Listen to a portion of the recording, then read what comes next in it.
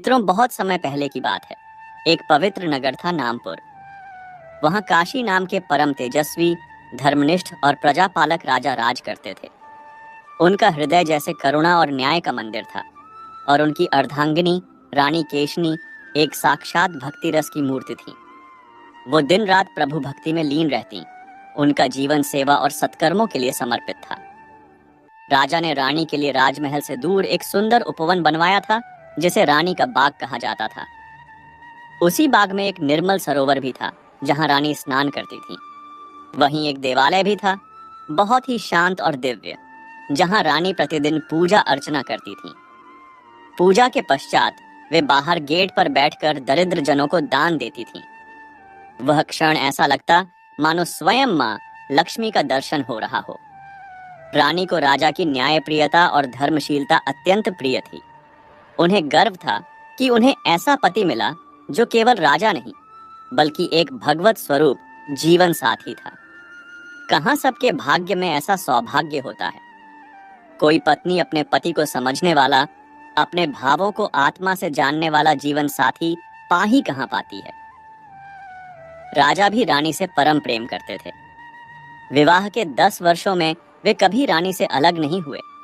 अगर रानी मायके जाती तो राजा साथ ही जाते, जैसे रानी के बिना उनका जीवन अधूरा हो। लेकिन उस दिव्य युगल के जीवन में एक कमी थी, एक परीक्षा थी प्रभु की। उन्हें संतान नहीं थी। राजा का हृदय इस बात से दिन रात व्याकुल रहता। कभी मन ही मन ईश्वर से प्रश्न करते, हे प्रभु, मैंने अपनी प्रजा की सेवा में क्या कमी रख दी? क्यों मेरे आंगन में एक भी बालक का कलरव नहीं गूंजा? वे सोचते, अगर विधाता कृपा करते तो इस महल में बालक बालिकाएं किलकारियां भरते, राजकुमारों की पंक्ति दौड़ती।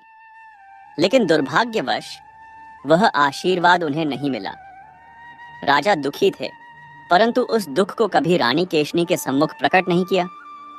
पर रानी तो हृदय से जानती थी कि उनके प्रिय पति क्या महसूस करते हैं। परंतु एक स्त्री, वह कैसे कह दे अपने पति से कि वह किसी और स्त्री को जीवन में लाए? स्त्री के लिए यह पीड़ा असहनीय होती है।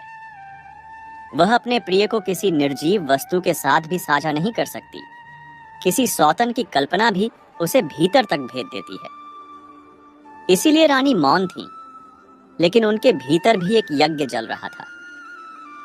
राजमहल के मंत्रीगण और दरबारी अब रानी से असंतुष्ट थे। वे कहते कि यह सब उसकी भक्ति, उसका दान सब दिखावा है। मंत्री ने एक दिन राजगुरु से कहा, गुरुदेव, राजा अब नवयुवक नहीं रहे। विवाह भी देर से हुआ। यदि संतान नहीं हुई तो आने वाले वर्षों में वह सामर्थ्य भी नहीं रहेगी। राज्य का भविष्य संकट में आ जाएगा। राजगुरु ने गंभीरता से कहा, आप सत्य कह रहे हैं, पर राजा नहीं मानेंगे। उन्हें समझाना व्यर्थ है। हमें रानी से ही बात करनी होगी। राजगुरु रानी केशनी के पास गए और श्रद्धा से भरे स्वर में बोले, मां, यह राज्य एक धर्म संकट में है। आप जानती हैं कि राज्य को एक उत्तराधिकारी चाहिए। यदि यह संकट नहीं सुलझा तो आगे धर्म की रक्षा कौन करेगा? हमें इस सत्य को स्वीकारना होगा। आप जैसी धर्मनिष्ठ स्त्री को मोह माया से परे होकर यह निर्णय लेना होगा। आपको राजा को स्वयं दूसरे विवाह की अनुमति देनी होगी। रानी के नेत्र भर आए, पर वह शांत थीं। उन्होंने कहा, गुरुदेव, मैंने राजा को कभी रोका नहीं है। वे यदि चाहें तो विवाह कर सकते हैं। गुरुदेव बोले, रानी, आप जैसी पतिव्रता के वचनों में वह बल नहीं होता जो आदेश में होता है। आपको स्वयं राजा को मनाना होगा। रानी मौन हो गईं, पर अंतर्मन में मान गईं कि यही धर्म है। इधर गुरुदेव राजा के पास गए और कहा, राजन, अब यह मौन उचित नहीं है। प्रजा को एक योग्य राजकुमार की आवश्यकता है, और यह केवल हमारी नहीं, पूरे राज्य की पुकार है। हम एक योग्य कन्या की खोज में हैं जो आपके साथ विवाह कर सके। राजा की आंखें भर आईं। बोले, गुरुदेव, आप जानते हैं, रानी केशनी ही मेरा प्राण है। मैं उनके बिना अपने जीवन की कल्पना भी नहीं कर सकता।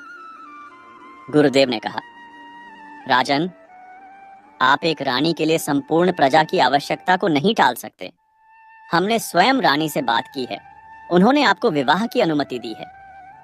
राजा ने गंभीर होकर कहा, गुरुदेव, रानी के कह देने मात्र से क्या मैं यह कर सकूंगा? क्या यदि मैं रानी से कह दूं कि वह किसी और से विवाह कर लें, तो क्या वह कर लेंगी? यह तो अधर्म होगा। मेरे लिए रानी केशनी ही संपूर्ण संसार है। गुरुदेव ने गंभीर स्वर में कहा, राजन, आप ऐसी बातें क्यों कह रहे हैं जिनका कोई सिर पैर ही नहीं? आपको भली भांति ज्ञात है कि स्त्री अपने पति के जीवित रहते कभी दूसरा विवाह नहीं कर सकती। और फिर कुलीन और धर्मनिष्ठ नारी तो ऐसा विचार भी नहीं करती। उसका तो किसी और से विवाह के विषय में सोचना भी पाप है। राजा ने विनम्रता से कहा, गुरुदेव, यदि यही मापदंड है तो फिर मेरे लिए भी किसी और से विवाह के विषय में सोचना पाप ही होगा। गुरुदेव बोले, राजन, आप स्वयं रानी से एक बार बात तो करिए। रात्रि का समय था। राजा काशी अपने कक्ष में पधारे। रानी केशनी प्रभु स्मरण में लीन थी। राजा ने बहुत विनम्रता से कहा, रानी, अब तक हमारे आंगन में संतान की किलकारी नहीं गूंजी। समय बीत रहा है। मेरी प्रार्थना है कि आप राज्य के हित के लिए किसी योग्य और सुंदर राजकुमारी से दूसरा विवाह करने की मुझे अनुमति दें। रानी का हृदय जैसे कांप उठा, पर उन्होंने स्वयं को संभाला और शांत भाव से बोली, महाराज, स्त्री और पुरुष की यही पीड़ा है। पुरुष तो कई विवाह कर सकता है, पर स्त्री के लिए यह सोचना भी पाप है। फिर उन्होंने करुण भाव से कहा, महाराज, आप केवल मेरे प्रिय पति ही नहीं, इस राज्य के धर्मपालक राजा भी हैं। एक राजा को प्रजा के प्रति प्रेम, करुणा और कर्तव्य का भाव भी रखना चाहिए। इस राज्य को एक उत्तराधिकारी चाहिए जो प्रजा का भविष्य संभाले। राजा बोले, रानी, जब तुम स्वयं चाहती हो कि मैं ऐसा करूं, तो फिर दरबार और प्रजा के लोग भी यही चाहेंगे। लेकिन मेरा निर्णय अटल है। मैं तुम्हारे जाने के बाद भी विवाह नहीं करूंगा। और रानी, कृपया फिर कभी इस विषय पर मुझसे मत कहिएगा। ऐसी बातों से मुझे बहुत पीड़ा होती है। रानी ने शांत और प्रेम पूर्ण स्वर में कहा, ठीक है राजन, फिर मैं कभी ऐसी बात नहीं करूंगी जिससे आपको दुख पहुंचे। मैंने तो आपसे कभी कुछ नहीं कहा। यह तो केवल गुरुदेव की आज्ञा थी, इसलिए कह दिया, वरना कोई भी स्त्री अपने लिए सौतन की कामना कभी नहीं करती। रानी ने आगे कहा, महाराज, पुत्र की प्राप्ति के लिए आप किसी और मार्ग की ओर बढ़िए। किसी तपस्वी संत से आशीर्वाद लीजिए। कोई पुत्रेष्ट यज्ञ कराइए। संतों की वाणी में इतनी शक्ति होती है कि वह पत्थर को भी मोम बना देती है। उनके आशीर्वाद से असंभव भी संभव हो सकता है। राजा की आंखों में आशा की किरण जगी। बोले, रानी, आपकी यह बात मेरे हृदय को शांति दे गई। आपने बहुत अच्छा मार्ग दिखाया। मैं कल ही वन में जा रहा हूं, जहां एक सिद्ध महात्मा वर्षों से तपस्या में लीन है। वे बहुत ही सरल हृदय और सच्चे संत हैं। मुझे यह विचार पहले क्यों नहीं आया कि मैं उनसे आशीर्वाद मांगूं। राज्यसभा में सब लोग विवाह की सलाह देते हैं, लेकिन किसी ने भी कभी यह नहीं कहा कि मैं किसी संत का मार्गदर्शन लूं। रानी बोली, राजन, तो फिर आप मुझे भी अपने साथ वन में ले चलिए। राजा मुस्कुराए, अवश्य रानी, हम साथ ही चलेंगे। अगली सुबह राजा और रानी भक्ति भाव से उस पावन वन की ओर प्रस्थान किए।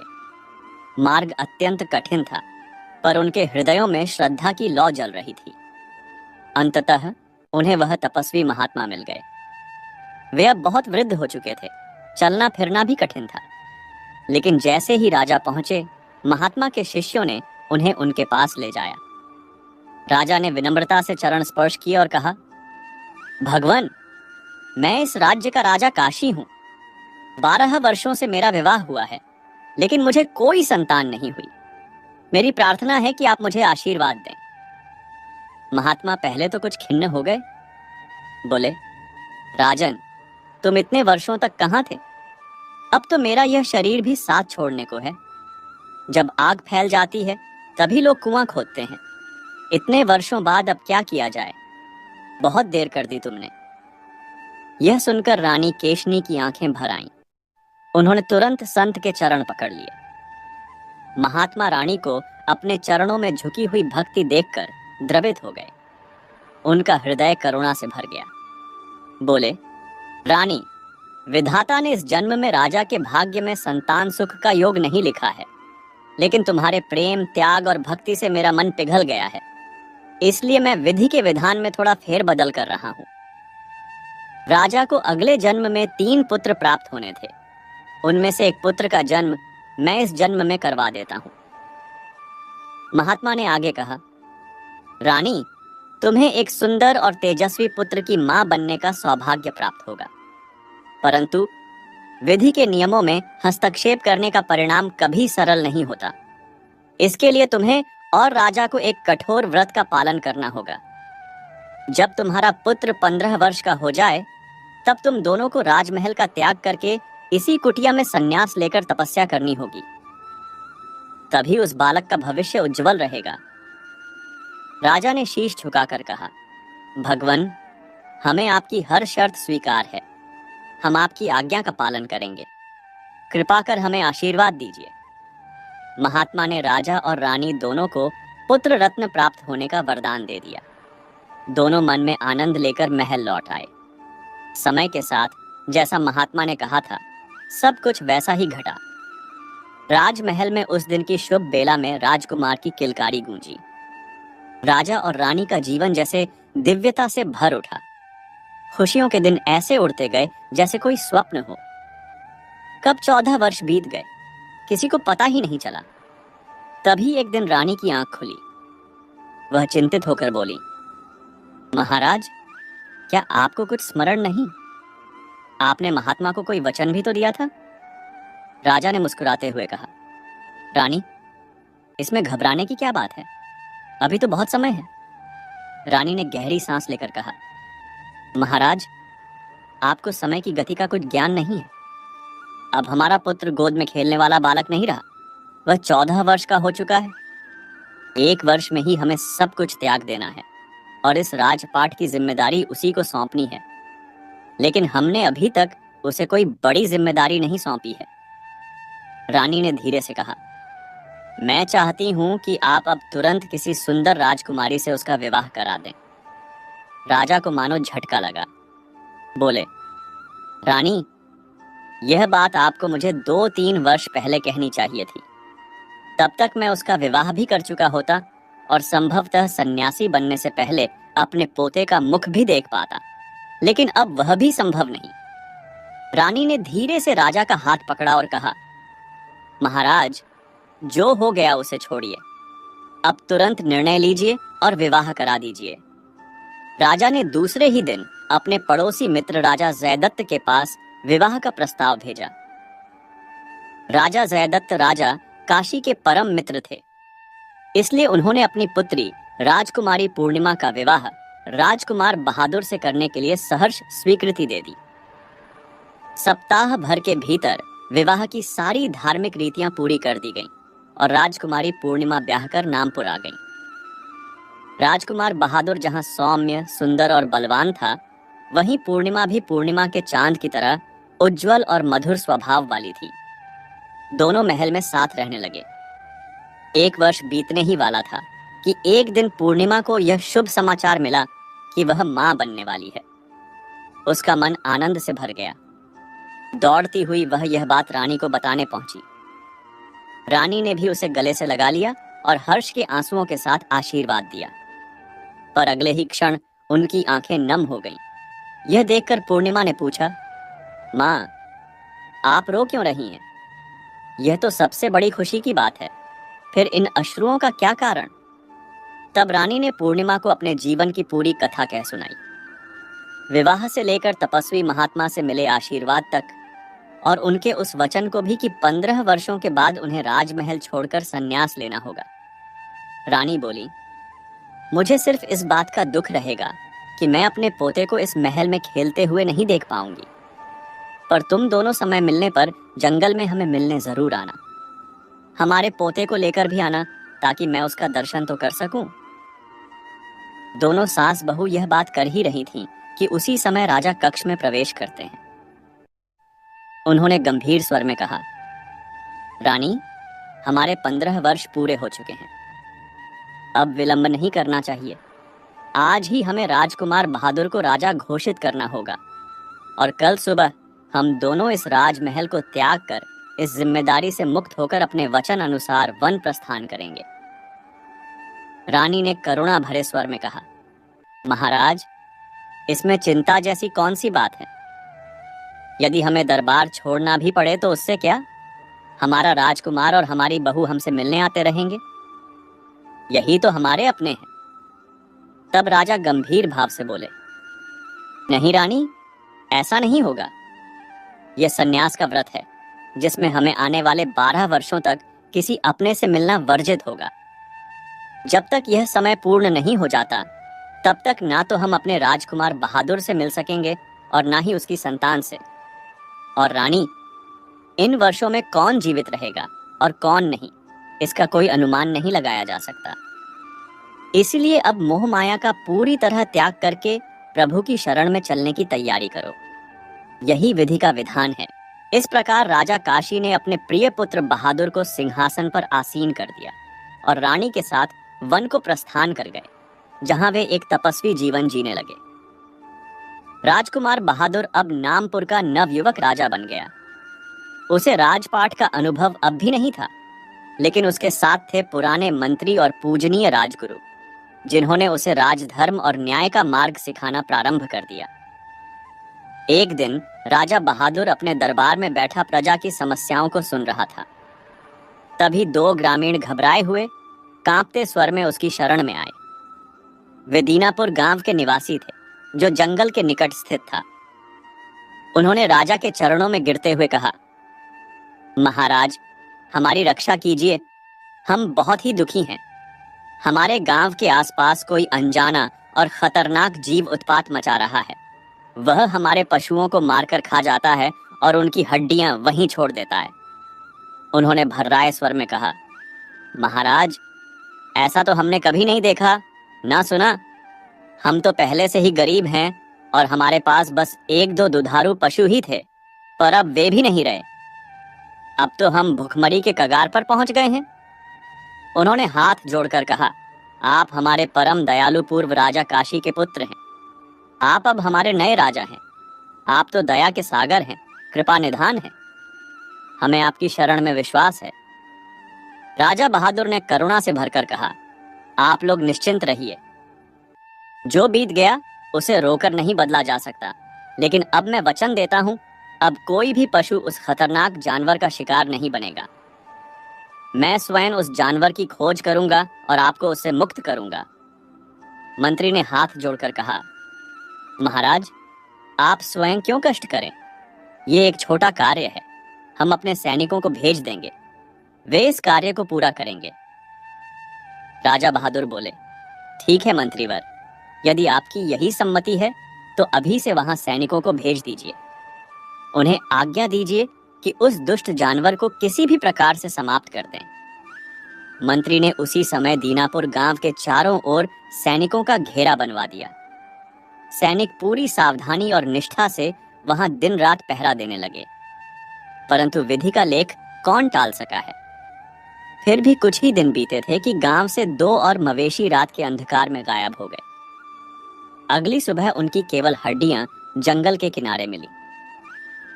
जब यह समाचार राजा बहादुर को मिला कि सैनिकों की सतर्कता के बावजूद भी वह जानवर अब भी हमला कर रहा है, तो उनके हृदय में क्रोध की ज्वाला भड़क उठी। उन्होंने मन ही मन ठान लिया, आज मैं स्वयं उस दुष्ट को खोजकर समाप्त करूंगा। राजा ने फिर किसी दरबारी की कोई बात नहीं मानी। वे कुछ विश्वसनीय सैनिकों को साथ लेकर जंगल की ओर प्रस्थान कर गए। वैसे तो राजा बचपन में 2-3 वर्षों तक अपने पिता महाराज काशी के साथ जंगल में शिकार पर आते जाते रहे थे, लेकिन अब उनके पिता नहीं थे और यह यात्रा एक विशेष उद्देश्य से थी, धर्म और प्रजा की रक्षा हेतु। राजा जंगल के भीतर उस स्थान की खोज करने लगे जहां संभव था कि वह भयानक पशु निवास करता हो। खोजते खोजते वे एक अद्भुत मनोहारी दृश्य वाले स्थान पर पहुंच गए। वह स्थान एक सुंदर बाग की तरह था, जिसकी शोभा अपार थी। परंतु उन्हें यह ज्ञात नहीं था कि वह स्थल एक मायावी राक्षसी द्वारा रचा गया मायाजाल था। वह राक्षसी दिन में एक अत्यंत सुंदर स्त्री का रूप धारण कर उस वाटिका में विचरण करती थी और रात के समय अपने असली राक्षसी रूप में आकर जंगल के किनारे बसे गांवों पर कहर बरपाती थी। वही राक्षसी दीनापुर के निरीह किसानों के पशुओं को मारकर उनके ही घर में खा जाती और हड्डियों को जंगल के पास फेंक देती थी। राजा ने उस स्थल पर एक स्वच्छ, शांत और मनोहर सरोवर देखा। वह दृश्य उन्हें बहुत ही आनंददायक प्रतीत हुआ। उन्होंने सोचा, मैं तो इस जंगल में सैकड़ों बार आया हूं, पर यह स्थान पहले कभी क्यों नहीं देखा। फिर स्वयं को उत्तर देते हुए बोले, यह वन बहुत विशाल है और मेरी आयु अभी अल्प है। इस पूरे जंगल को जानने समझने में अभी वर्षों लगेंगे। राजा ने अपने सैनिकों से कहा, तुम लोग आसपास के क्षेत्र में कोई खतरनाक जीव खोजो, तब तक मैं इस शांत स्थान पर कुछ देर विश्राम कर लेता हूं।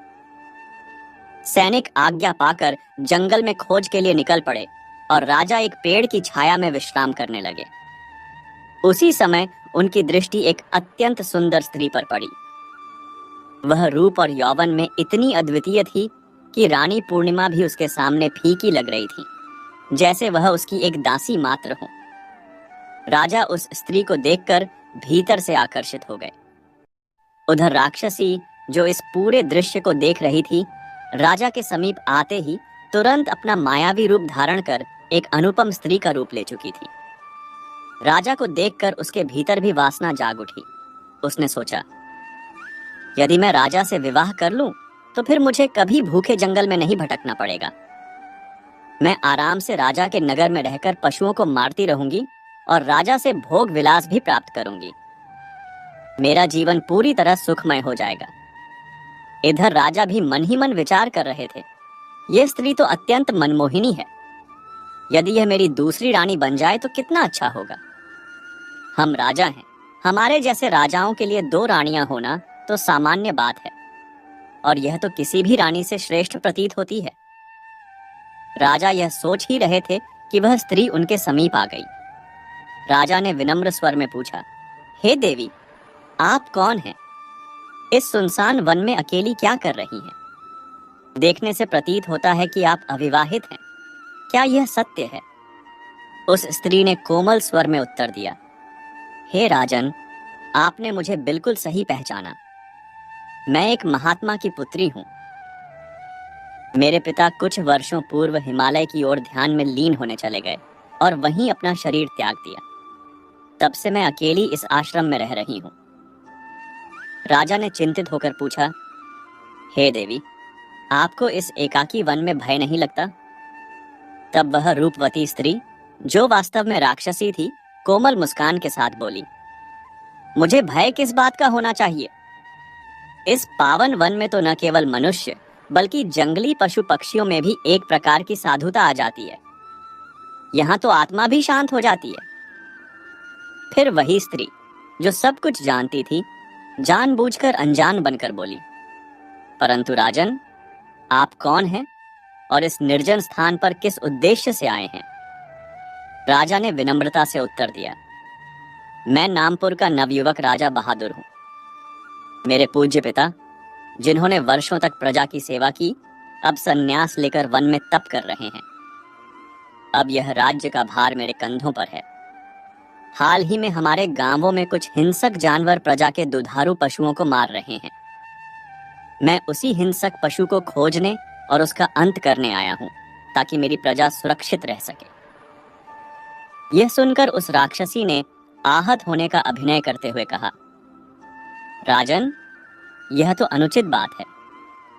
आप किसी प्राणी की हिंसा का विचार करते हैं और फिर स्वयं को एक सन्यासी पिता का पुत्र कहते हैं।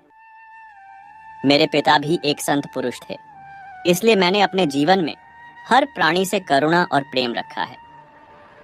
मैं तो आपके पास इस आशा से आई थी कि आप एक अहिंसक और शांत स्वभाव वाले जीवन साथी बनेंगे, लेकिन आपने तो हिंसा की बात कर मेरे अंतर्मन को दुखी कर दिया है।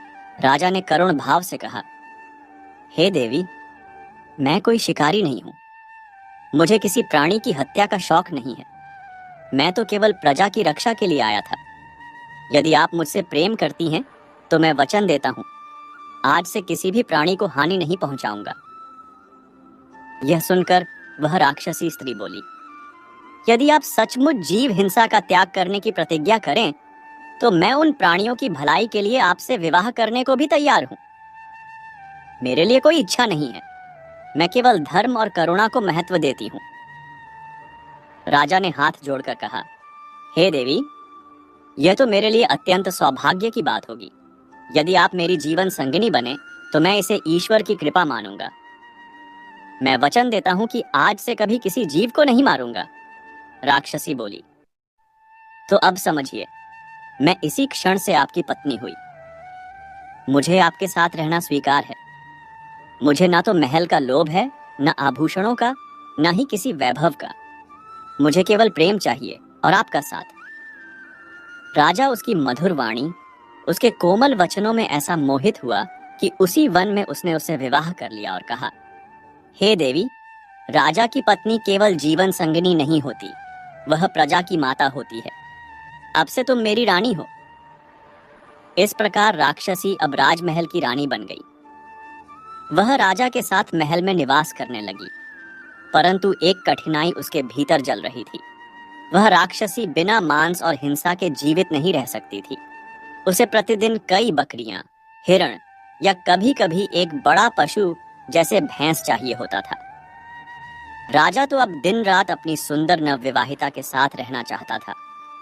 उसे पहली रानी की ओर जाने का समय ही नहीं मिलता था। वह जानता था कि बड़ी रानी पूर्णिमा गर्भवती है और फिलहाल उसे कोई आवश्यकता नहीं। इधर राक्षसी महल में अत्यंत असंतुष्ट रहने लगी। केवल फल फूल से उसका पेट नहीं भर रहा था, वह भीतर ही भीतर क्रोध में जल रही थी। अब वह सोचने लगी कि किस प्रकार राजा को अपने पास से हटाकर स्वयं जंगल में जाकर अपनी भूख मिटा सके। बहुत सोच विचार कर एक दिन वह राजा के पास जाकर अत्यंत सौम्यता से बोली, महाराज, मैं एक संत की कन्या हूँ। मुझे किसी के साथ अन्याय सहन नहीं होता और आपको भी नहीं करना चाहिए। आप दिन रात मेरे पास ही रहते हैं, जबकि आपकी पहली रानी, जो मेरी बड़ी दीदी के समान है, उनका भी तो आप पर अधिकार है। मैं उनके साथ अन्याय होते नहीं देख सकती। इसलिए मेरा सुझाव है कि आप एक रात मेरे पास बिताएं और एक रात बड़ी दीदी के पास। राजा उसकी यह धर्मयुक्त बात सुनकर अत्यंत प्रसन्न हुआ।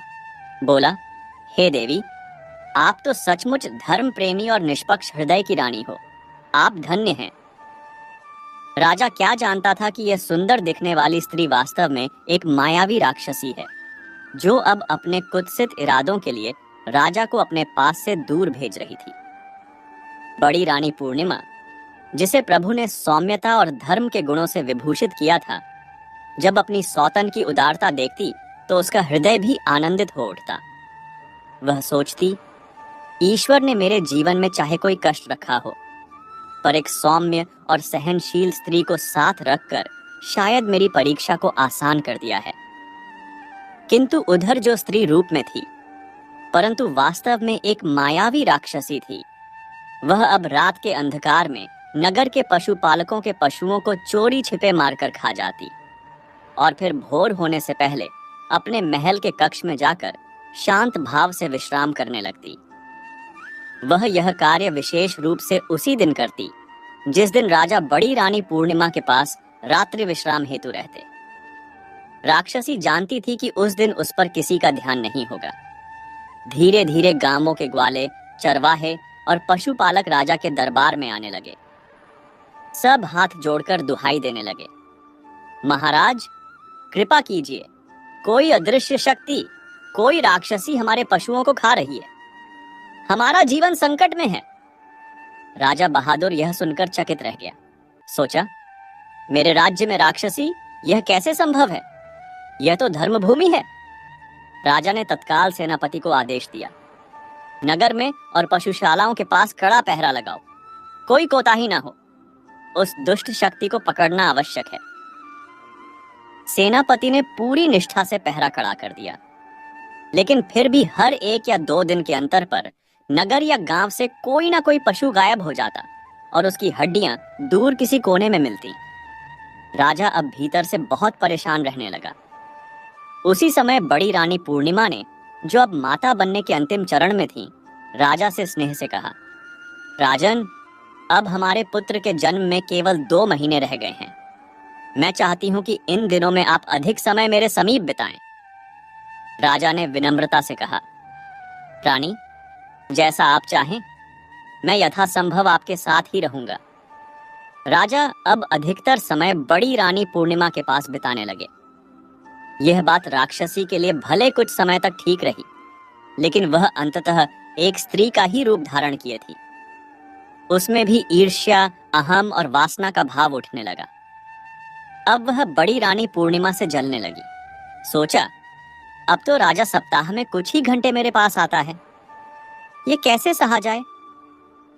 ईर्ष्या के वश में आकर उसने एक रात्रि में राक्षसी रूप धारण कर लिया और महल में बंधे राजा के प्रिय घोड़े को ही मार डाला। घोड़े की रखवाली पर तैनात सैनिकों ने यह दृश्य देखा। एक विकराल राक्षसी घोड़े को मार रही थी। उन्होंने तुरंत उसका पीछा किया। राक्षसी तुरंत भागकर बड़ी रानी पूर्णिमा के शयन कक्ष में जा घुसी और भीतर जाकर फिर से स्त्री का रूप धारण कर लिया। बाहर आकर वह स्वयं ही चिल्लाने लगी, राक्षसी, राक्षसी बड़ी दीदी के कक्ष में छिप गई है। मैंने अपनी आंखों से देखा है। उस समय बड़ी रानी पूर्णिमा अपने कक्ष में विश्राम कर रही थी। यह सुनते ही हड़बड़ा कर उठ बैठी, क्या मेरे कक्ष में राक्षसी? राजा भी समाचार पाकर तत्काल वहां पहुंचे। बड़ी रानी पूर्णिमा के कक्ष की तलाशी ली गई, लेकिन वहां तो केवल बड़ी रानी पूर्णिमा ही थी, शांत, श्रद्धा से भरी हुई। राजा ने छोटी रानी से पूछा, जब तुमने राक्षसी को देखा तो वह गई कहां? छोटी रानी, जो वास्तव में राक्षसी थी, अब झूठ की सीमा पार कर चुकी थी। उसने क्रोध में कहा, महाराज, क्या आप इतने सरल और भोले हैं कि आपको अब भी कुछ समझ नहीं आ रहा? वह राक्षसी कोई और नहीं, बल्कि यही बड़ी रानी पूर्णिमा है। राजा स्तब्ध रह गए। यह तुम क्या कह रही हो? छोटी रानी फिर बोली, मैं नहीं कह रही राजन, यह तो आपके सैनिक कह रहे हैं। उन्होंने ही उस राक्षसी का पीछा किया है। सैनिकों ने राजा के समक्ष हाथ जोड़कर कहा, महाराज, हम यह नहीं कह सकते कि राक्षसी कौन है, लेकिन हमने अपनी आंखों से देखा कि वह किसी रूप में बड़ी रानी पूर्णिमा के कक्ष में प्रविष्ट हुई थी। राजा, जो पहले ही भ्रम में था, अब उस भ्रम को सत्य मान बैठा। उसका विवेक जैसे मोह और भ्रम की धुंध में खो गया। वह छोटी रानी की ओर देखकर बोला, तुम कितनी बुद्धिमान हो। मैं इतने दिनों से सोच में था और राक्षसी तो मेरे ही महल में मेरी बड़ी रानी पूर्णिमा के रूप में बैठी थी। अब देर नहीं करनी चाहिए, मैं अभी उसका वध कर देता हूँ। बड़ी रानी पूर्णिमा, जिसका हृदय एक मां का था और आत्मा एक तपस्विनी की, रो रो कर दुहाई देने लगी, महाराज, मैं राक्षसी कैसे हो सकती हूँ? मैं आपकी धर्मपत्नी हूँ, आपकी संतान को अपनी कोख में पाल रही हूँ। लेकिन राजा का हृदय उस समय जैसे पत्थर बन गया था। उसने कठोर स्वर में कहा, अब तुम मेरी कुछ नहीं लगती। मेरी रानी अब केवल छोटी रानी है। वही अब मेरे जीवन की स्वामिनी है। वही जो कहेगी वही होगा। यदि तुम्हें प्राणों की भीख मांगनी है तो उससे मांगो, शायद वह दया कर दे। मैं अब तुम्हारे लिए कुछ नहीं कर सकता। बड़ी रानी पूर्णिमा अपने गर्भ में पल रहे पुत्र को छाती से लगाए छोटी रानी से प्रार्थना करने लगी, हे बहन, मेरे जीवन की रक्षा करो। मैं निर्दोष हूँ। मेरे गर्भ में जो पल रहा है वह तुम्हारा भतीजा है, उसका कोई अपराध नहीं। छोटी रानी, जो वास्तव में राक्षसी थी, अब अपने छल के चरम पर थी। उसने कठोर स्वर में कहा, अब तू दीदी कहलाने के योग्य नहीं रही। तू राक्षसी है और मैं एक संत की कन्या हूं। मैं किसी जीव की हत्या नहीं चाहती, इसलिए मैं तुझे प्राणदान देती हूँ। लेकिन तेरी सजा भी कम नहीं करूंगी। तेरी दोनों आंखें फोड़ दी जाएंगी। जब तक तेरी आंखें रहेंगी तू हिंसा करती रहेगी। छोटी रानी ने झल्लाद को आदेश दिया, इस दुष्टा को जंगल में ले जाकर इसकी दोनों आंखें फोड़ दो और उसे बाघ के पास गुफा में छोड़ दो। वहीं इसकी नियति लिखी जाएगी। बड़ी रानी पूर्णिमा अब भी अपने निर्दोष होने की दुहाई देती रही, लेकिन राजा, जो उसका पति था, जिसे वह भगवान समझकर पूजती थी, उसी ने उसकी ओर से अपनी आंखें फेर ली, जैसे उसे कभी जानता ही ना था, जैसे उसका कोई नाता ही ना रहा हो। कहते हैं, जब मनुष्य माया में फंस जाता है तो उसका विवेक भी साथ छोड़ देता है। वह सत्य असत्य का निर्णय नहीं कर पाता, अपने पराई की पहचान खो बैठता है। राजा भी उसी मोह में बंधा देखता ही रह गया और राक्षसी बनी छोटी रानी ने अपना आदेश जारी कर दिया। उसे अब बड़ी रानी पूर्णिमा के जीवन से कोई सरोकार नहीं था। राजा को यह भी ध्यान ना रहा कि बड़ी रानी पूर्णिमा गर्भवती है, कि वह मां बनने वाली है और उसी की संतान उसकी कोख में पल रही है। जल्लाद रानी को ले जाने लगा। रानी, जिसे सब कुछ खो देने का भय सता रहा था, जल्लाद से प्रार्थना करने लगी, भैया मेरी रक्षा करो। मैं राक्षसी नहीं हूं, मैं तो केवल एक स्त्री हूं, एक मां हूं, इस षड्यंत्र की शिकार हूं। जल्लाद ने करुणा से कहा, महारानी, मुझे भली भांति ज्ञात है, आप राक्षसी नहीं बल्कि सच्ची रानी हैं और यह सब एक षड्यंत्र है। मेरी सच्ची महारानी आप ही हैं। मैं आपको वहां ले चलता हूं जहां आप सुरक्षित रहें और अपने पुत्र को जन्म दे सकें। उसने आगे कहा, मुझे पूरा विश्वास है कि छोटी रानी ही कोई मायावी है या स्वयं राक्षसी, लेकिन यह बात मैं एक साधारण सेवक खुले दरबार में नहीं कह सकता। मैं बस यही कर सकता हूं कि समय आने तक आपकी रक्षा करूं। फिर वह बड़ी रानी पूर्णिमा को जंगल के भीतर अपने एक विश्वासी मित्र के पास ले गया, एक किसान जो अपनी पत्नी के साथ एक कुटिया में शांति से जीवन बिता रहा था। उस किसान का उस घने जंगल में निवास करना कोई सामान्य बात नहीं थी। उसका एक विशेष कारण था। उसकी पत्नी जड़ी बूटियों की अच्छी जानकार थी। वह दिन रात वन की गहराइयों में जाकर दुर्लभ औषधियां खोज लाती और अपने पति को दे देती। किसान उन औषधियों को नगर की औषधि मंडी में जाकर बेच आता। कम परिश्रम में ही उसे अत्यधिक मूल्य मिल जाता। एक बार औषधियां बेच देता तो 3-4 महीने तक बिना किसी चिंता के जीवन यापन करता, या कभी कभी मांग आने पर फिर औषधियां पहुंचा देता। उसी किसान के पास जल्लाद रानी को लेकर पहुंचा। उसने किसान से करुण स्वर में कहा, भाई, यह स्त्री मेरी छोटी बहन है। इसे कुछ विशेष परिस्थिति के कारण गांव में नहीं रखा जा सकता। कुछ समय के लिए इसे अपने पास शरण दो। उचित समय आने पर मैं स्वयं इसे लेने आऊंगा और इसके बारे में सब सत्य भी बता दूंगा, लेकिन अभी इसे सबकी निगाहों से बचाकर रखना। किसान की पत्नी, जो स्वयं जंगल में अकेले रहती थी, उसे भी एक स्त्री संगी की आवश्यकता थी और अब उसे एक स्नेही बहन के रूप में मुंह बोली ननद मिल गई। उन्होंने बड़ी आत्मीयता और प्रेम से रानी को अपने साथ रख लिया। इधर जल्लाद ने जंगल में किसी पशु की आंख निकाल कर ले ली और महल लौटकर छोटी रानी को दिखा दी। बोला, राक्षसी तो एक झटके में बाघ का शिकार बन गई। मैंने अपनी आंखों से देखा।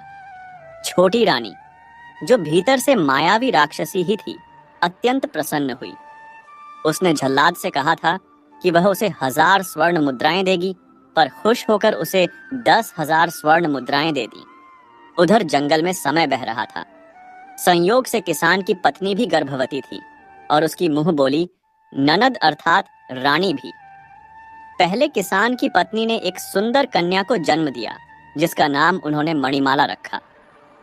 1 सप्ताह के भीतर ही रानी ने भी एक तेजस्वी पुत्र को जन्म दिया, जिसका नाम प्रताप रखा गया।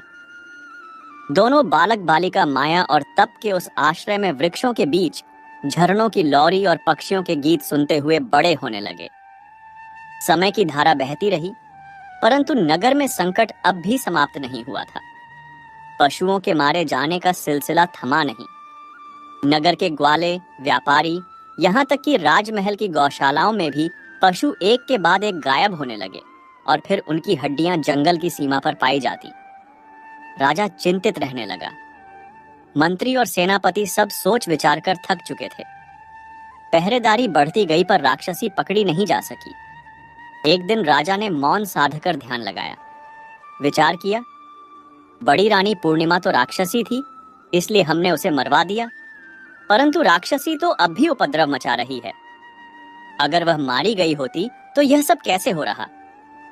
राजा का अंतर्मन विचलित हो उठा। उसने धीरे से भारी स्वर में अपनी छोटी रानी से कहा, हमें ऐसा लग रहा है कि हमने बड़ी रानी पूर्णिमा के साथ बड़ा अन्याय किया। वह निर्दोष थी, हमने बिना जांचे उसे मरवा दिया, जबकि असली राक्षसी तो शायद कोई और ही थी जो अब तक प्रजा पर विपत्ति बरपा रही है। हम लाख कोशिशें कर लें, उसे पकड़ नहीं पा रहे। छोटी रानी बोली, महाराज, आप बात को ठीक से समझ नहीं पा रहे हैं। राक्षसी और बड़ी रानी पूर्णिमा का जरूर कोई ना कोई रिश्ता रहा होगा, तभी तो वह राक्षसी बड़ी रानी पूर्णिमा के कमरे में गई थी और बड़ी रानी पूर्णिमा ने किसी तरह उसे छिपा लिया। अब जब बड़ी रानी पूर्णिमा को हमने खत्म कर दिया है तो वह राक्षसी और भी ज्यादा गुस्से में है, तभी तो पहले से ज्यादा तेजी से हमला कर रही है। लेकिन अब राजा को छोटी रानी की बात समझ में नहीं आ रही थी। वो उसके साथ कई सालों से रहकर थक चुका था। 10 साल हो गए मगर कोई संतान नहीं हुई। राजा अब छोटी रानी से भी दुखी रहने लगा था, क्योंकि उससे भी कोई औलाद नहीं हो सकी थी। राजा को जहां संतान ना होने का दुख था, वहीं प्रजा में भी बातें फैलने लगी थीं कि राजा निकम्मा है। सबको यह भी पता चल गया था कि बड़ी रानी पूर्णिमा को महल से निकाल दिया गया और मरवा भी दिया गया। सबको यह भी मालूम था कि बड़ी रानी पूर्णिमा उस समय गर्भ से थीं, इसलिए अब प्रजा राजा बहादुर को अपनी ही औलाद का हत्यारा मानने लगी थी। राज्य में जितने भी पशु थे, उनमें से आधे से ज्यादा अब नहीं बचे थे। राक्षसी के हमले रुक नहीं रहे थे, चाहे राजा कितनी भी कोशिश कर लें। राजा पर अब फिर से दरबार के लोगों का दबाव बढ़ने लगा था। राजगुरु तो शुरू से ही बड़ी रानी पूर्णिमा को निकाले जाने को एक गहरी चाल मानते थे। उन्हें पूरा भरोसा था कि छोटी रानी कोई मायावी है, क्योंकि कई बार सैनिकों ने राक्षसी को रनिवास के पास जाते देखा था। बहुत से लोगों को पक्का यकीन हो गया था कि राक्षसी कोई और नहीं बल्कि छोटी रानी ही है, लेकिन किसी में इतनी हिम्मत नहीं थी कि यह बात राजा से कह सके, क्योंकि राजा अब पूरी तरह से छोटी रानी के मुंह में फंस चुका था। समय बीतता गया। उधर जंगल में राजकुमार प्रताप अब 16 साल का हो चुका था। किसान की बेटी मणिमाला अब सुंदर जवान युवती बन गई थी। प्रताप उसके रूप पर मोहित हो गया था और मणिमाला भी मन ही मन प्रताप को अपना पति मान चुकी थी। दोनों हर दिन जंगल में एक साथ घूमते, खेलते, बातें करते और धीरे धीरे दोनों का प्यार बढ़ता गया। एक दिन महल में पुराने तहखाने की सफाई चल रही थी। वहां एक बहुत पुरानी तलवार मिली। पता नहीं वह तलवार कब से वहां रखी थी। जो भी कर्मचारी उसे छूता, उसे जोर का झटका लगता और तलवार से चिंगारी निकलती। राजा यह देखकर हैरान हो गया कि हमारे ही महल में ऐसी तलवार रखी है और मुझे ही पता नहीं। राजा ने तुरंत अपने कुलगुरु को बुलवाया और पूछा, गुरुदेव, यह तलवार कैसी है? क्या यह कोई साधारण तलवार है? कुलगुरु बोले, राजन, यह तलवार एक बहुत बड़े संत ने तुम्हारे पूर्वजों को दी थी। यह कोई आम तलवार नहीं, यह एक दिव्य तलवार है। जो इसे सही तरह से धारण करेगा, उसे कोई इंसान, राक्षस या कोई ताकत हरा नहीं सकेगी। फिर उन्होंने दुख से कहा, पर दुख की बात यह है कि तुम्हारी पिछली 10 पीढ़ियों में कोई भी सच्चा धर्म वाला राजा नहीं हुआ। सब स्वार्थी और भोग में डूबे हुए थे, इसलिए यह तलवार किसी से जुड़ नहीं सकी। अब यह तलवार तभी काम आएगी जब तुम्हारे घर में कोई धर्मात्मा राजकुमार जन्म लेगा, वहीं इसे उठा पाएगा। पर मुझे डर है, क्योंकि मुझे आगे का समय अच्छा नहीं दिख रहा। राजा ने तलवार को देखा और अपने भविष्य को भी। उसका मन भर आया। उसे लगने लगा कि शायद उसकी वंश परंपरा अब खत्म हो जाएगी। राजगुरु ने धीरे से कहा, राजन, अब ऐसा लगता है कि तुम्हारे बाद इस राज्य पर तुम्हारे वंश का अधिकार खत्म हो जाएगा। अब इस तलवार को राज दरबार के सामने प्रदर्शनी में रखवा देना चाहिए, ताकि हमारी प्रजा जान सके कि इस भूमि पर कभी ऐसे धर्मी राजा भी हुए जिनके पास ऐसी दिव्य वस्तुएं थीं। राजा ने उस दिव्य तलवार को एक मजबूत लकड़ी के सहारे उठवाया और राजमहल के सामने राज दरबार के आगे उसे प्रदर्शनी में रखवा दिया। अब वहां राज्य के लोग आकर उस दिव्य तलवार को देख सकते थे। उधर जंगल में जल्लाद को यह समझ में आ गया कि अब समय आ गया है जब राजकुमार को राज दरबार में लाकर सामने लाया जाए। वह सीधा किसान मित्र के पास गया जहां रानी रह रही थी। उसने रानी से मिलकर कहा, महारानी, अब राजकुमार को महल जरूर भेजना होगा। यह समय बहुत महत्वपूर्ण है। उसे अपने अस्तित्व को साबित करने का अवसर अब मिलना चाहिए। रानी चिंतित स्वर में बोली, परंतु प्रताप को खतरा हो सकता है। तब जल्लाद ने कहा, महारानी, राजाओं और राजकुमारों का जीवन ही ऐसे खतरों से भरा होता है। अब आप चिंता ना करें, हम सावधानी बरतेंगे। राजकुमार को अपनी असली पहचान छुपाकर महल जाना होगा। उसे एक साधारण युवक बनकर राजा से कोई काम मांगना है ताकि कोई उसे पहचान ना सके। जल्लाद रानी का सच्चा सेवक था। जंगल में रहते हुए वह कई बार चुपचाप रानी की सेवा करता रहा। कभी अन्न, कभी वस्त्र और कभी आवश्यक समाचार पहुंचाता रहा। इसलिए रानी को उस पर पूरा भरोसा था। राज दरबार में क्या चल रहा था, यह सब जल्लाद ही रानी को बताता था। अब रानी ने राजकुमार प्रताप को अनुमति दे दी, पर साथ ही एक सख्त चेतावनी भी दी। बेटा, किसी भी कीमत पर अपनी असली पहचान किसी को मत बताना। राजकुमार ने माता के चरणों में प्रणाम किया और महल की ओर रवाना हो गया। महल के पास पहुंचकर उसने देखा कि वहां एक बड़ी प्रदर्शनी लगी हुई है। बहुत सारे लोग एक दिव्य तलवार को देखने आए थे। राजकुमार ने एक व्यक्ति से पूछा, भाई साहब, यह कैसी प्रदर्शनी है? उस व्यक्ति ने उत्तर दिया, बेटा, यह तलवार हमारे पूर्वज धर्मात्मा राजाओं की निशानी है। कहते हैं इसे सिर्फ राजा के वंश में जन्मा कोई सच्चा धर्मी ही छू सकता है।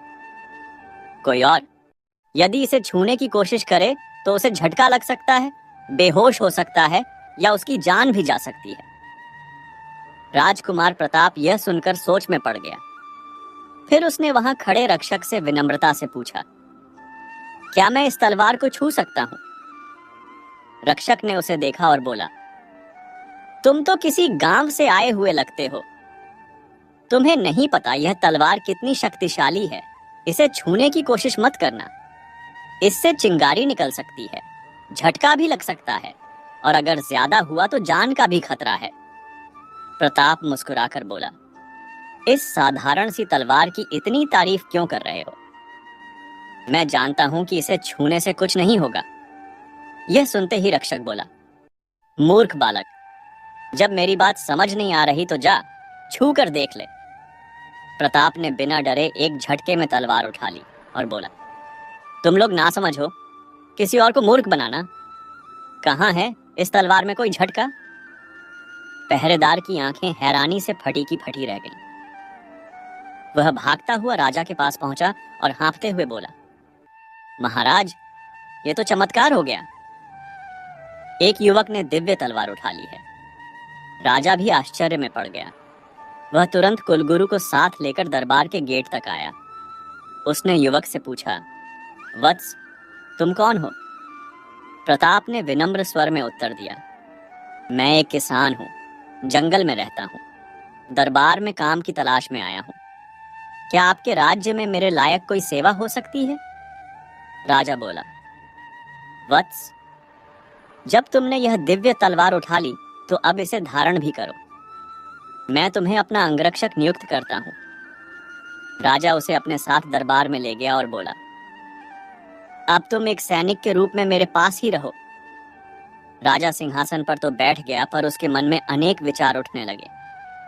यह तलवार तो मेरे वंश की है, फिर यह युवक जो बाहरी लगता है, इसे कैसे उठा पाया?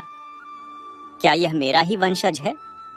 लेकिन मेरे परिवार में तो अब कोई और बचा नहीं, तो फिर यह आया कहां से? क्या बड़ी रानी पूर्णिमा जीवित हो सकती है? इन विचारों ने राजा का मन बहुत बेचैन कर दिया। इधर तलवार के धारण करने की खबर जब राक्षसी बनी छोटी रानी को मिली तो वह भी चिंता में पड़ गई। उसका मन तो छल और कपट से भरा था। वह तुरंत समझ गई, यह युवक अवश्य ही राजकुमार है। इसका मतलब बड़ी रानी पूर्णिमा कहीं छिपकर जीवन बिता रही है। अगर ऐसा हुआ तो यह तलवार कभी भी मेरे विनाश का कारण बन सकती है।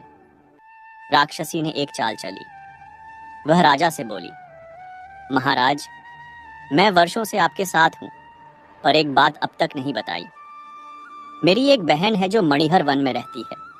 कई युग बीत गए उसकी खबर लिए। वहां कोई सामान्य व्यक्ति नहीं जा सकता, पर यह युवक जिसकी तलवार दिव्य है, वह अवश्य जा सकता है। राजा ने कोमल भाव से कहा, रानी, चिंता मत करो, हम इस युवक को वहां भेज देंगे। तुम चाहो तो कोई संदेश लिख दो। छोटी रानी यही चाहती थी। उसने एक पत्र लिखा और प्रताप को दिया।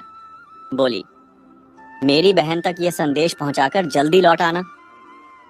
प्रताप पत्र लेकर मणिहर वन की ओर चल पड़ा, लेकिन जाते जाते उसका मन अपनी माँ और मणिमाला को देखने को व्याकुल हो गया। वह बोला, जब तक माँ से और मणिमाला से ना मिल लूं, मेरा मन अशांत रहेगा। वह सीधा अपनी माँ के पास पहुंचा, जहां मणिमाला भी मौजूद थी। प्रताप ने माँ से कहा, माँ, मैं छोटी रानी का एक पत्र लेकर उसकी बहन के पास मणिहर वन जा रहा हूं। यह आदेश राजा का है। यह सुनते ही रानी की आंखों में चिंता छलक आई। वह बोली, बेटा, एक बार उस पत्र को खुद पढ़कर देखो। प्रताप बोला, नहीं माँ, किसी और के पत्र नहीं पढ़ने चाहिए। तभी मणिमाला ने धीरे से प्रताप के हाथ से पत्र ले लिया। किसान की पत्नी पढ़ी लिखी थी, तो उसने मणिमाला और प्रताप दोनों को ही घर पर पढ़ना सिखा दिया था, इसलिए मणिमाला पत्र पढ़ सकती थी। मणिमाला ने पत्र खोलकर पढ़ना शुरू किया। उसमें लिखा था, बहन खुखड़ी, मैं तुम्हारे पास एक युवक भेज रही हूँ। यह नामपुर का राजकुमार है। इसके पहुंचते ही इसे खतरनाक जहर दे देना। मणिमाला चौंक पड़ी। बोली, अरे, यह तो तुम्हें मारने की साजिश है। मैं तुम्हें वहां नहीं जाने दूंगी। मैं तुम्हारे बिना नहीं रह सकती। और क्या तुम भूल गए कि तुम मेरे होने वाले पति हो? मणिमाला भावुक होकर यह बात कह गई और भूल गई कि रानी भी वहीं बैठी थी। रानी को तो अब तक इस प्रेम का कोई पता नहीं था। रानी ने शांत भाव से कहा, बेटी, तो तुम प्रताप से प्रेम करती हो और कभी मुझसे बताया नहीं। चिंता मत करो, प्रताप ही तुम्हारा पति बनेगा। तुम्हारा अधिकार कोई तुमसे नहीं छीन सकता। अब तुम इस पत्र की जगह नया पत्र लिखो और प्रताप उसे लेकर मणिहर बन जाए। मणिमाला ने एक नया पत्र लिखा। प्रिय बहन, यह युवक जो तुम्हारे पास आ रहा है, हमारे लिए बहुत प्रिय है। इसे मेरा पुत्र ही समझो। इसका अच्छे से स्वागत करना और अपना समाचार भी इसके हाथ भिजवाना। प्रताप वह पत्र लेकर मणिहर वन की ओर चल पड़ा। मणिहर वन में राक्षसी खुखड़ी का आतंक फैला हुआ था, लेकिन प्रताप को कोई चिंता नहीं थी। उसके पास दिव्य तलवार थी।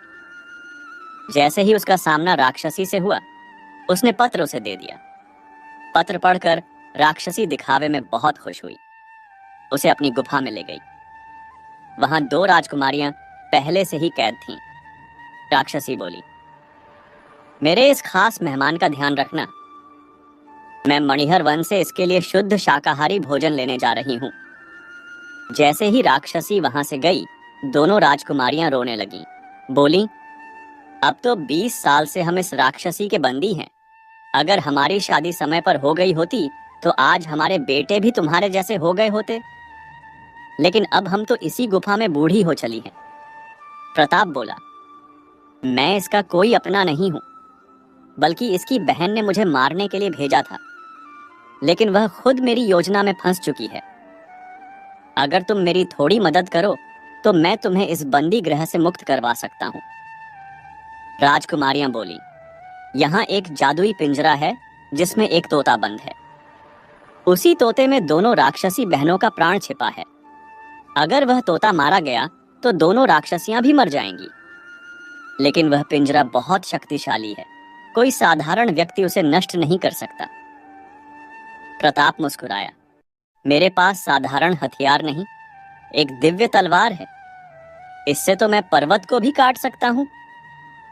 राजकुमारियों ने पिंजरा दिखा दिया। प्रताप ने दिव्य तलवार से उस पिंजरे को तोड़ डाला।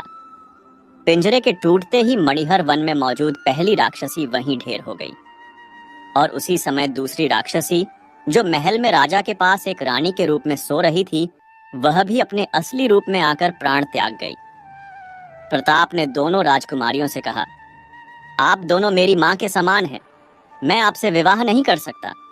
आप अपने राज्य लौट जाएं और अपने योग्य किसी अच्छे पुरुष से विवाह कर अपना घर बसाइए। इसके बाद प्रताप महल लौट आया। राजा ने जैसे ही उसे देखा कहा, बेटा, मुझे क्षमा कर दो। एक राक्षसी के कहने पर मैंने तुम्हारी माँ को महल से निकाल दिया। अच्छा हुआ कि मेरे जल्लाद ने वफादारी निभाई और तुम्हारी माँ को कोई हानि नहीं पहुंचाई। लेकिन वह आज तक मुझे नहीं बता रहा कि मेरी रानी कहाँ है। शायद तुम जानते हो।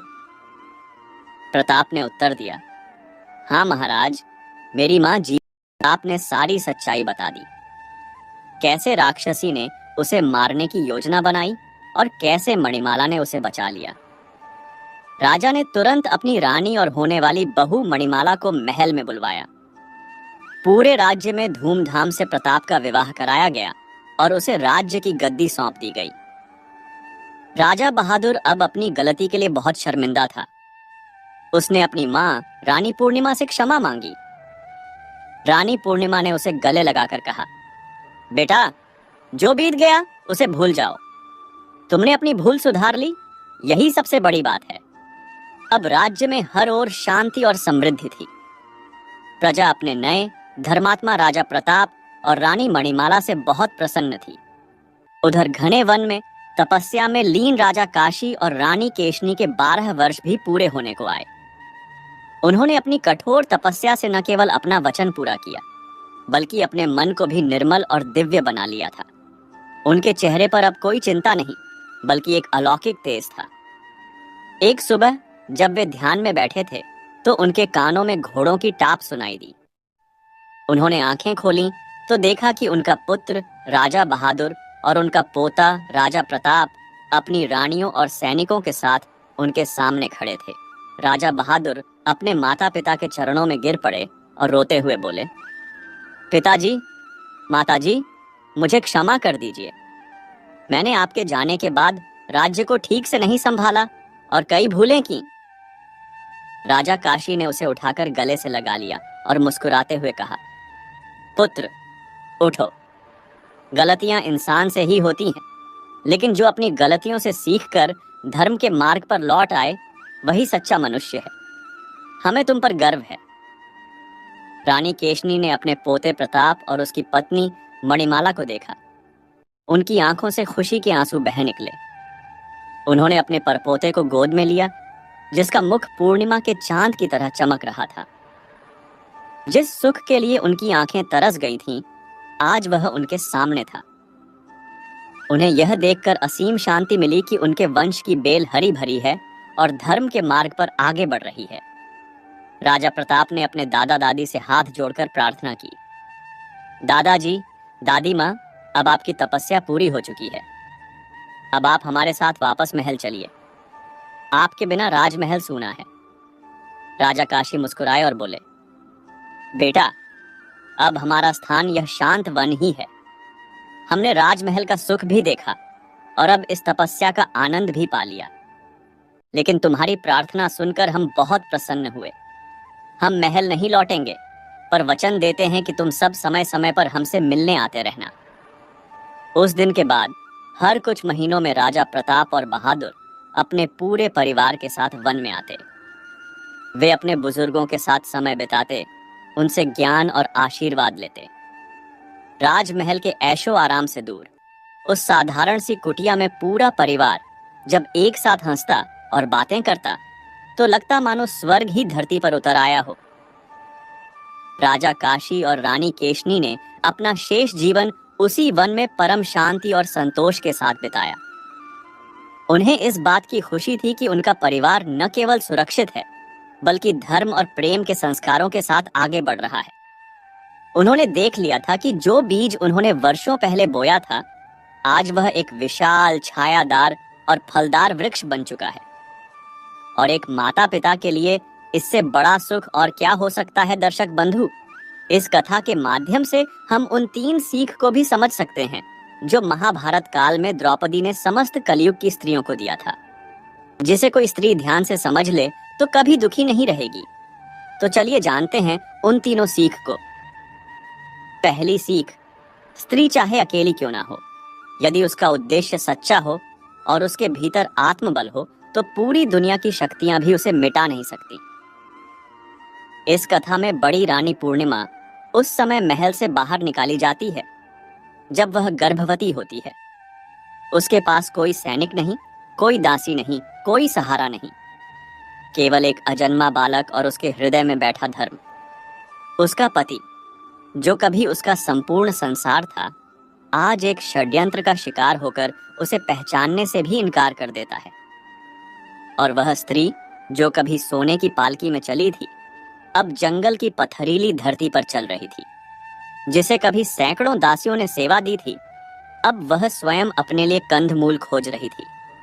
लेकिन क्या उसने हार मानी? नहीं, वो रोई नहीं, विलाप नहीं किया, क्रोध नहीं किया, प्रतिशोध की अग्नि नहीं जलाई। उसने केवल प्रभु पर भरोसा रखा। उसने केवल अपने भीतर की शक्ति को थामा।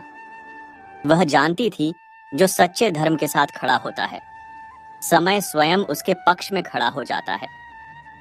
वह जंगल में एक किसान की झोपड़ी में रही, लेकिन अपने गर्भस्थ बालक को ना तो किसी दिन अपवित्र विचार दिए, ना ही किसी पल उसे अपने दुर्भाग्य का कारण माना।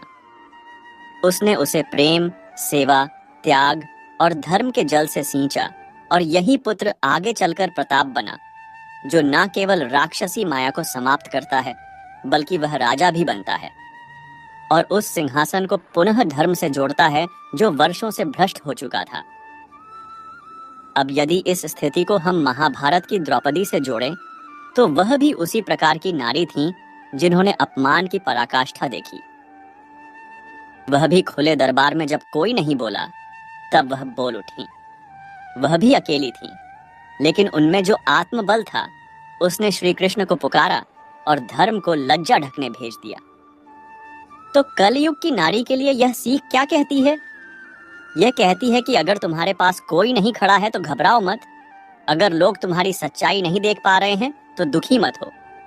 अगर तुम्हारे अपनों ने ही तुम्हें छोड़ दिया है तो टूटो मत। बस इतना जानो, तुम्हारे भीतर शक्ति है, तुम ही शक्ति हो। आज की स्त्री को यह जानना बहुत जरूरी है कि उसे किसी बाहरी सहारे की जरूरत नहीं है, अगर उसका अंतःकरण शुद्ध है और उसका रास्ता धर्म का है। फिर चाहे वह एक घर संभाल रही हो या समाज के विरोध में अकेली खड़ी हो, यदि वह अपने आत्मबल, धैर्य और सच्चाई को नहीं छोड़ती, तो एक दिन वही स्त्री मातृशक्ति बनकर अंधकार का नाश करती है। जैसे बड़ी रानी पूर्णिमा ने जंगल में रहते हुए एक धर्मराज को जन्म दिया, जैसे द्रौपदी ने अपमान के बाद युगों तक धर्म की अलख जगाई, वैसे ही आज की स्त्री भी अगर सच्चे रास्ते पर टिक जाए तो वह अकेले पूरे युग को बदल सकती है। यही द्रौपदी की पहली और सबसे बड़ी शिक्षा है, और यही इस कथा की आत्मा भी। दूसरी सीख, एक स्त्री की निस्वार्थता, त्याग और सहनशीलता को उसकी कमजोरी मत समझो, क्योंकि जब समय आता है तो वही स्त्री सारी मायाओं का अंत कर देती है।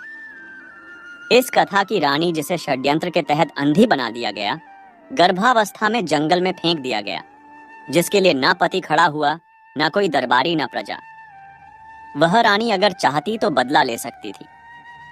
वह राक्षसी के षड्यंत्र को तुरंत उजागर कर सकती थी। वह अपने पुत्र को बड़ा होते ही राजा बहादुर की हत्या के लिए उकसा सकती थी। वह चाहती तो अपने साथ हुए अन्याय के लिए पूरा राज्य जला सकती थी। पर क्या उसने ऐसा किया? नहीं, उसने बदला नहीं लिया, उसने प्रतीक्षा की, उसने प्रतिशोध नहीं पाला, उसने धर्म की आग में सहनशीलता को तपाया। उसने कभी यह नहीं चाहा कि जो पीड़ा मुझे मिली वही किसी और को मिले, बल्कि वह चाहती थी कि सत्य अपने समय पर सामने आए। जब उसके बेटे प्रताप ने अपनी दिव्य तलवार से राक्षसी को मारा और अपने राज्य की रक्षा की, तब भी वह मां चुप रही। जब राजा को अपने किए पर पछतावा हुआ, तब भी वह रानी शांत रही। उसने ना ताना मारा, ना ही अपने त्याग का बखान किया। उसने कहा, जो हो गया उसे मैं ईश्वर की लीला मानती हूँ। जो मिला वह मेरा भाग्य था और जो खोया उसका दुख अब नहीं है। यही है एक सच्ची स्त्री की पराकाष्ठा, उसकी क्षमा, उसकी सहनशीलता। अब इसे अगर हम महाभारत की द्रौपदी से जोड़ें तो वहां भी वही चित्र है।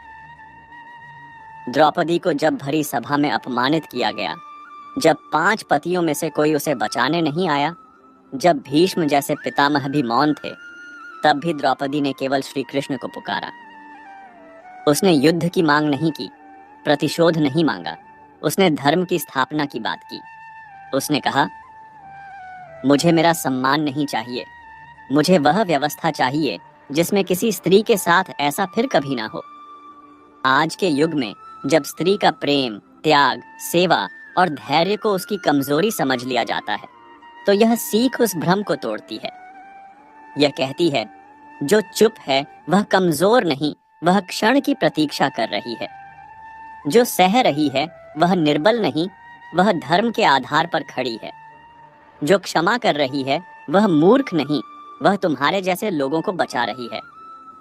एक स्त्री जब माँ बनती है, जब पत्नी बनती है, जब बहन बनती है, वह अपना सब कुछ न्योछावर करती है, सिर्फ इस विश्वास पर कि सामने वाला उसे समझेगा। लेकिन जब वही लोग उसे नहीं समझते, जब उसका त्याग ही उसे अपमान का कारण बना दिया जाता है, तब वह स्त्री चाहे तो सारी व्यवस्था को पलट सकती है, पर फिर भी वह पलटती नहीं। वह सहेजती है, क्योंकि वह जानती है कि टूटे हुए को जोड़ने में समय लगता है। जैसे द्रौपदी ने अपनी पीड़ा को भुलाकर धर्म की स्थापना को प्राथमिकता दी, जैसे इस कहानी की बड़ी रानी पूर्णिमा ने अपनी आंखें गंवाकर भी एक धर्मराज को जन्म दिया, वैसे ही कलयुग की स्त्री को भी यह सीख समझनी है कि तुम्हारा मौन भी एक युद्ध है और तुम्हारी क्षमा भी एक विजय है।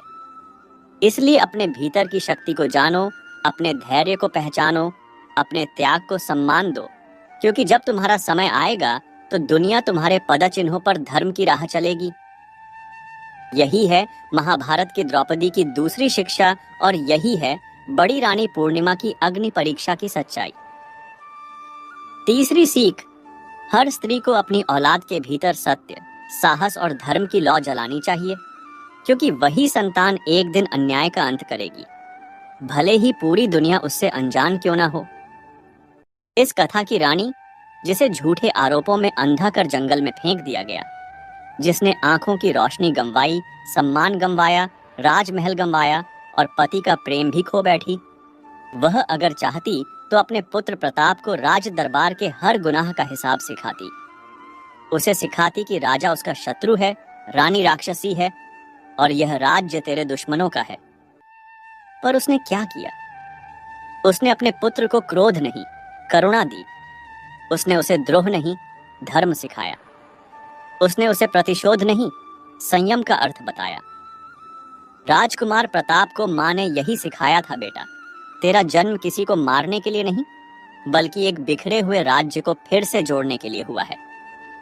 तुझे किसी को नीचा नहीं दिखाना, बल्कि सच को ऊपर उठाना है। तेरा तेज तलवार की धार में नहीं, बल्कि अपने न्याय और सेवा में है।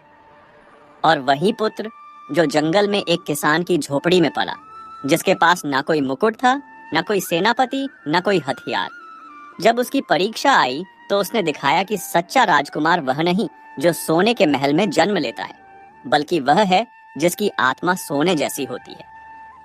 जब प्रताप ने दिव्य तलवार को छुआ तो पूरी प्रजा जान गई कि यह कोई सामान्य युवक नहीं है। जब उसने राक्षसी का अंत किया तो राजा स्वयं रो पड़ा और बोला, मैंने तेरी माँ को नहीं पहचाना, पर तूने मुझे पहचान लिया। अब इसे महाभारत की द्रौपदी से जोड़ें तो एक अद्भुत समानता दिखती है। द्रौपदी ने भी अपने 5 पुत्रों को बदले की भावना से नहीं, बल्कि धर्म और मर्यादा से बड़ा किया। उसने उन्हें युद्ध का अर्थ सिर्फ विजय नहीं, न्याय बताया।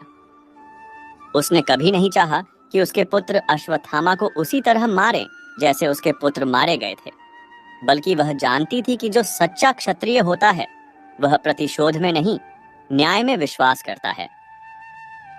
आज कलयुग की हर माँ को यह सीख जरूरी है कि वह अपने बच्चों में गुस्सा नहीं, गुण डाले, प्रतिशोध नहीं, परोपकार डाले, वैर नहीं, विवेक डाले।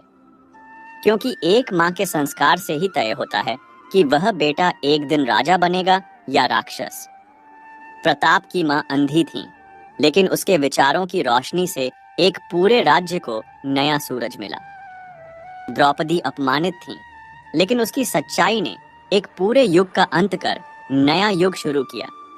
इसलिए हर माँ को चाहिए कि वह अपने पुत्र को क्रोध नहीं, करुणा सिखाए। हर माँ को चाहिए कि वह अपनी बेटी को डर नहीं, धर्म सिखाए। हर माँ को चाहिए कि वह खुद पीड़ा में रहकर भी अपनी संतान को प्रेम सिखाए। क्योंकि जब एक माँ धर्म से सींचती है तो उसकी संतान इतिहास बदल देती है। यही है तीसरी महान सीख जो महाभारत की द्रौपदी ने भी दी थी और इस कथा की अंधी रानी ने भी जीकर दिखाई।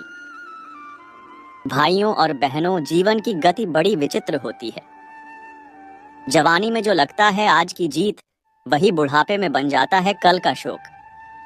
इंसान जब जवान होता है तब उसे लगता है कि वह अमर है, अजेय है और शायद उसे किसी को जवाब देने की जरूरत नहीं। मगर समय उत्तर मांगता है और जवानी के कुछ गलत निर्णय बुढ़ापे में उस आत्मा को अंदर ही अंदर गला देते हैं। अब हम बात करेंगे उन 3 कामों की जो यदि कोई व्यक्ति अपनी जवानी में करता है तो उसका बुढ़ापा केवल शरीर से नहीं, आत्मा से भी खोखला हो जाता है। पहला कर्म, माता पिता का अनादर। जो व्यक्ति अपनी जवानी में अपने माता पिता की अवहेलना करता है, उन्हें बोझ समझता है, उनके प्रेम और तप को तुच्छ मानता है, वह व्यक्ति अपने जीवन का सबसे बड़ा पाप अर्जित करता है।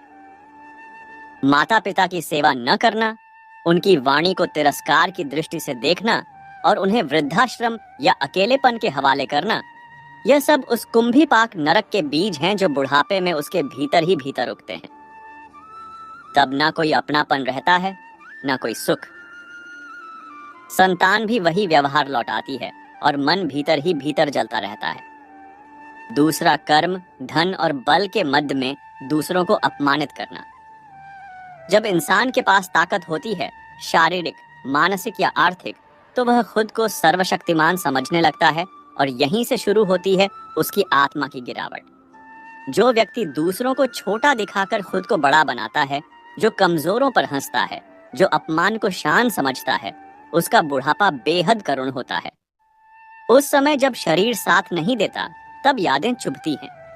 जिनका अपमान किया होता है, वे या तो दूर हो जाते हैं या दुआ की जगह बद्दुआ छोड़ जाते हैं और इन बद्दुआओं की आग आत्मा को भीतर ही भीतर जला डालती है। तीसरा कर्म, चरित्रहीनता और अनैतिक जीवन। जिस व्यक्ति ने जवानी में संयम को त्याग दिया, भोग विलास में डूबा रहा, रिश्तों का आदर नहीं किया और स्त्री पुरुष संबंधों को केवल अपनी वासना की पूर्ति का साधन समझा, उसका बुढ़ापा सबसे दुखद होता है। ना सम्मान बचता है, ना अपनापन। जिस शरीर को उसने सुख का साधन बनाया था, वही शरीर अंतिम समय में उसे पीड़ा का स्रोत लगने लगता है और आत्मा अपराध बोध से भरकर प्रतिदिन मृत्यु मांगती है। भाइयों और बहनों, यह 3 कर्म, माता पिता का अनादर, दूसरों को अपमानित करना और चरित्रहीन जीवन, यह ऐसे शूल हैं जो धीरे धीरे व्यक्ति की आत्मा को छलनी कर देते हैं। बाहर से वह स्वस्थ और जीवित दिखता है, पर भीतर से वह एक मरघट होता है। इसलिए यदि आप चाहते हैं कि आपका बुढ़ापा सम्मान से भरा हो, आपके बच्चे आपके चरणों को प्रेम से छुएं, आपके शब्दों को आशीर्वाद माने, तो जवानी में संयम रखिए, सेवा कीजिए और अपने कर्मों को धर्म की कसौटी पर तौलते रहिए। भाइयों और बहनों, जवानी की चकाचौंध में की गई छोटी छोटी गलतियां जब बुढ़ापे के अंधेरे में लौटती हैं, तो वह केवल पश्चाताप नहीं लाती, वह आत्मा की पीड़ा बन जाती है। जिस समय हमारे पास सोचने का समय नहीं होता, उसी समय के निर्णय एक दिन हमारे जीवन का आधार बन जाते हैं। अगर आपने माता पिता का तिरस्कार किया है, किसी निर्बल को अपमानित किया है या चरित्रहीन जीवन को सफलता का मार्ग समझा है, तो अभी भी समय है, चेत जाइए। क्योंकि बुढ़ापे की पीड़ा केवल रोग नहीं होती, वह आत्मा का वह रोना होता है जिसे कोई सुन नहीं पाता। और यदि आपने इन बातों को आज समझ लिया है, तो कृपया इस ज्ञान को यहीं ना रोकें। इसे अपने बच्चों, मित्रों और प्रियजनों तक अवश्य पहुंचाएं, क्योंकि यह केवल ज्ञान नहीं है, यह भविष्य की सुरक्षा है, आत्मा की शांति है और बुढ़ापे का संबल है। हम आशा करते हैं आपको यह कहानी बेहद पसंद आई होगी और आप इस कहानी से बहुत ही प्रेरणा लेंगे। तो मिलते हैं आपसे अगली वीडियो में। तब तक के लिए अपना ख्याल रखिए और खुश रहिए। मित्रों, बड़ी रानी का जीवन हमें सिखाता है कि अगर कोई स्त्री या व्यक्ति धर्म और सच्चाई के रास्ते पर चलता है तो दुनिया की कोई भी ताकत उसे हरा नहीं सकती, भले ही वह कुछ समय के लिए अकेला और असहाय पड़ जाए। जब रानी पर झूठा आरोप लगाकर उन्हें महल से निकाल दिया गया और पति ने भी साथ छोड़ दिया, तब वह पूरी तरह अकेली थी। उस समय उनके पास न कोई सेना थी, न धन और न ही कोई सहारा। लेकिन उनके पास दो चीजें थीं, अपने धर्म पर अटूट विश्वास और भीतर का आत्मबल। उन्होंने अपने साथ हुए अन्याय के लिए किसी को कोसा नहीं और न ही अपने मन में बदले की भावना पाली। जंगल में रहते हुए भी उन्होंने अपने बेटे प्रताप को घृणा नहीं बल्कि करुणा और धर्म का पाठ पढ़ाया। उनका यही आत्मबल और धर्म का मार्ग अंत में उनकी जीत का कारण बना। समय ने खुद उनके पक्ष में न्याय किया और उन्हें उनका खोया हुआ सम्मान वापस दिलाया। यह सीख हमें बताती है कि बाहरी सहारे जैसे धन, पद, लोग अस्थायी होते हैं, लेकिन भीतरी शक्ति और सच्चाई ही हमारा स्थायी संबल है। आज के समय में लोग अक्सर सहन करने वाले या माफ कर देने वाले इंसान को कमजोर समझ लेते हैं। यह कहानी इस भ्रम को तोड़ती है। बड़ी रानी के पास अपने पति और सौतन से बदला लेने के कई कारण थे। वह अपने बेटे को राजा के खिलाफ भड़का सकती थीं, लेकिन उन्होंने ऐसा नहीं किया।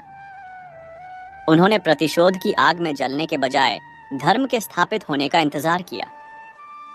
जब अंत में राजा को अपनी गलती का एहसास हुआ और उन्होंने क्षमा मांगी, तो रानी ने बिना कोई ताना मारे या अपने त्याग का बखान किए उन्हें माफ कर दिया। यह उनकी कमजोरी नहीं, बल्कि उनके चरित्र की महानता थी। उनके क्षमा करने से एक बिखरा हुआ परिवार फिर से जुड़ गया और राज्य में शांति स्थापित हुई। अगर वह बदला लेती तो विनाश का एक नया अध्याय शुरू हो जाता। यह हमें सिखाता है कि क्षमा करने वाला बदला लेने वाले से हमेशा बड़ा और शक्तिशाली होता है। यह हर माता पिता के लिए एक बहुत बड़ी सीख है। एक माँ या पिता अपनी संतान को जैसे संस्कार देते हैं, उसी से समाज का भविष्य तय होता है। रानी ने घोर कष्ट में रहते हुए भी अपने बेटे प्रताप को एक सच्चा, साहसी और धर्मात्मा इंसान बनाया। उन्होंने उसे यह नहीं सिखाया कि तुम्हारा पिता तुम्हारा दुश्मन है, बल्कि यह सिखाया कि तुम्हारा कर्तव्य अन्याय को समाप्त करना है। प्रताप के पास कोई राजसी परवरिश नहीं थी।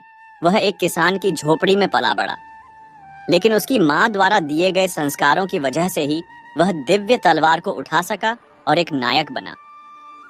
यह बताता है कि असली राजकुमार जन्म से नहीं, कर्म और संस्कारों से बनता है। एक माँ चाहे तो अपनी संतान को राक्षस बना सकती है और चाहे तो राजा। प्रताप की माँ अंधी थी, पर उनके विचारों की रोशनी ने पूरे राज्य को एक नया भविष्य दिया।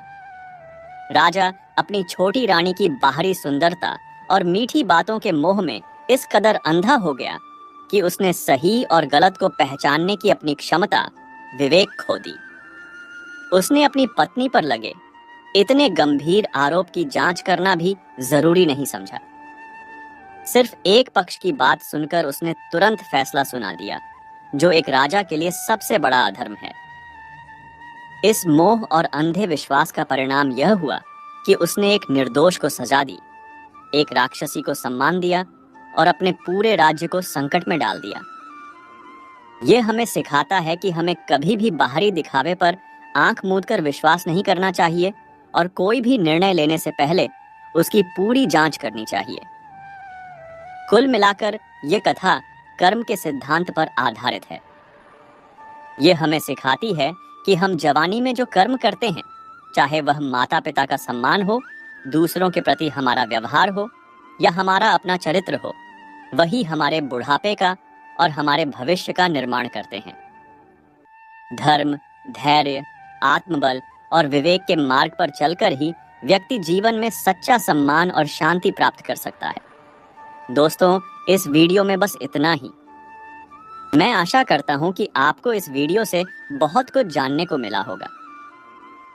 वीडियो को लाइक और शेयर करके कमेंट में जय श्री राधे कृष्ण लिखना ना भूलें। और ऐसे ही ज्ञानवर्धक और प्रेरणादायी वीडियो पाने के लिए हमारे YouTube चैनल को सब्सक्राइब करके घंटी जरूर बजा दें। भगवान श्री कृष्ण आपको हमेशा प्रसन्न रखें। अपना ख्याल रखिएगा। जय श्री राधे कृष्णा।